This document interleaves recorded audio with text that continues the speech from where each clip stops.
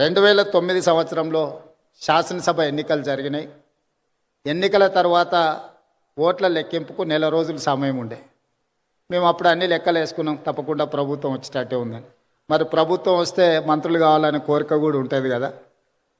ఈరోజు ఆంధ్రప్రదేశ్లో వాళ్ళు చాలామంది మంత్రులు ఉన్నారు. ఒక నలుగురు మిత్రులను కలిసి రామోజీరావు గారి సమయం తీసుకున్నాం.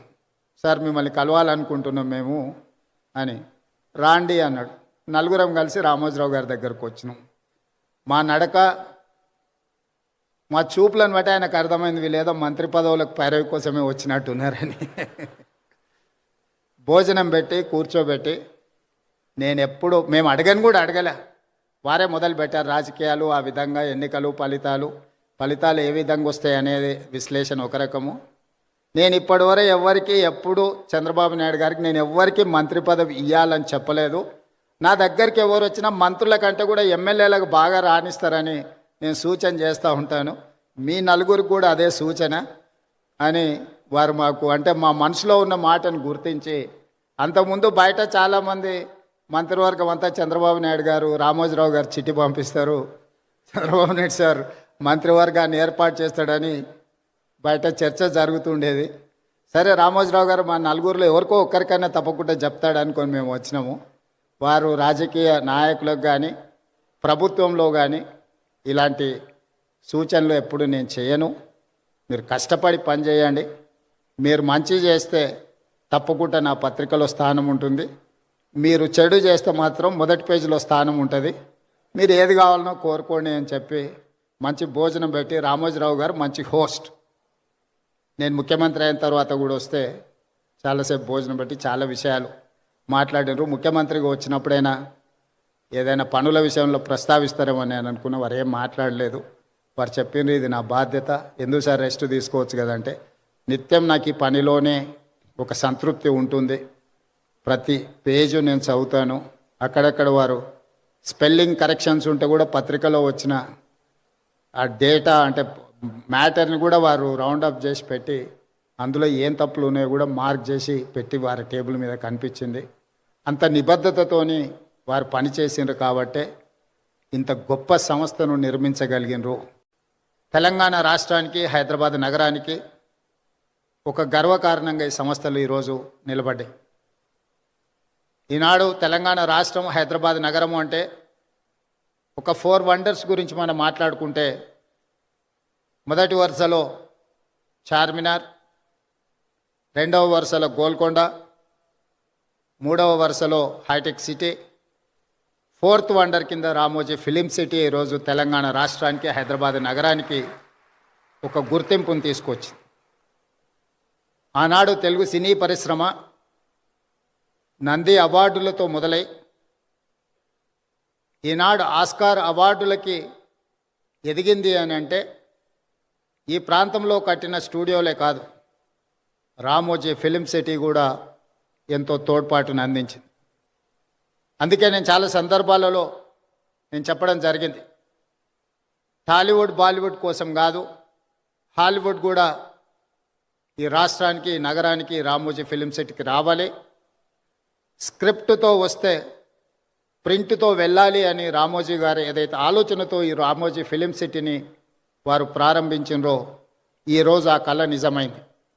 ఎవరైనా సినిమా తీయాలి అని అనుకుంటే స్క్రిప్ట్ తీసుకొని రామోజీ ఫిలిం సిటీ కాంపౌండ్లోకి వస్తే ఈరోజు ప్రింట్ తీసుకొని బయటికి వెళ్ళేంతగా అన్ని రంగాల నైపుణ్యాలను ఇక్కడ వారు కేంద్రీకృతం చేశారు. ఈ 2000 ఎకరాలు ఒక కళాఖండం, ఒక అద్భుతం.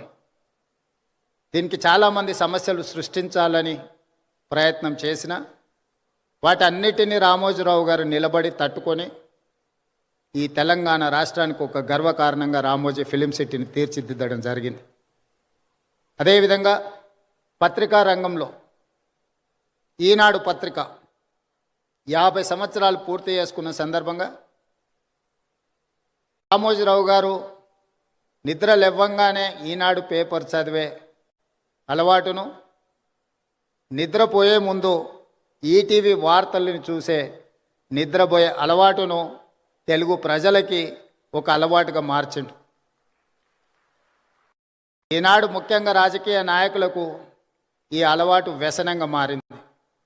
ఉదయం నాకు ఎన్ని పత్రికలు వచ్చినా ఖచ్చితంగా హెడ్లైన్స్ అయినా ఈనాడు పేపర్ నేను తిరిగేస్తా. ఎందుకంటే నిఖార్సైన సమాచారం, మిగతా దాంట్లో కొంచెం మసాలాలు కలర్స్ అవి ఇవి యాడ్ అవుతుంటాయి. ఇది యాక్చువల్ వార్తని ఈ 2-3 పత్రికలు చదివిన తర్వాత వాస్తవం ఏముందో తెలుసుకుందాము అని ఈనాడు తెలంగాణ రాష్ట్ర ముఖ్యమంత్రిగా 5-10 నిమిషాలైనా ఈనాడు పేపర్ నేను తిరిగేస్తాను.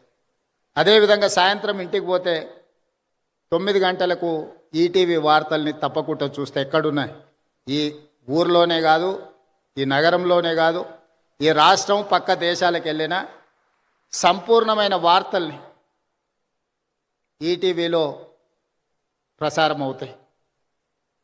వాళ్ళ ఆలోచనలను కాకుండా జరిగిన వాస్తవాలను ప్రజలకు అందించాలన్న వారి స్ఫూర్తి ఈరోజు ఈనాడులో కానీ ఈటీవీలో కానీ కనిపిస్తుంది. అదేవిధంగా రామోజీరావు గారి గురించి ఆలోచన చేసినప్పుడు ఆశ్చర్యకరమైన అంశాలు కనిపిస్తాయి.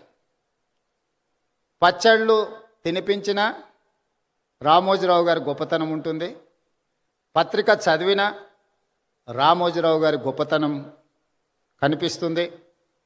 ప్రసార సాధనాలు మార్గదర్శి చిట్ ఫండ్కి, రామోజీ ఫిలిం సిటీకి, ప్రియా పచ్చళ్ళకి, ఈనాడు పేపర్కి దేనికి పొంతన లేదు.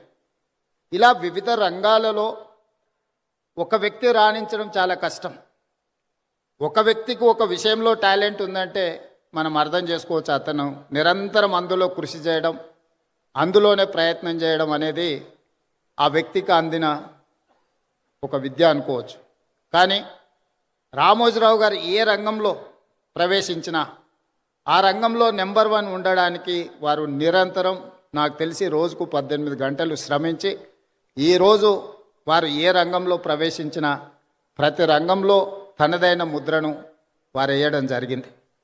అందుకే ఈనాడు రామోజీ సంస్థ ఈ రామోజీ ఎక్సలెన్స్ అవార్డు కార్యక్రమాన్ని పెట్టడం ద్వారా ఈరోజు అవార్డు గ్రహీతలను గుర్తించడమే కాకుండా భవిష్యత్తులో ఇంతకుముందు చంద్రబాబు నాయుడు గారు ఏదైతే చెప్పినరో ఈ అవార్డు అనేది ఒక గొప్ప గౌరవంగా భవిష్యత్తులో ఇది రాణిస్తుంది అని నేను కూడా వారితో ఏకీభవిస్తున్నా.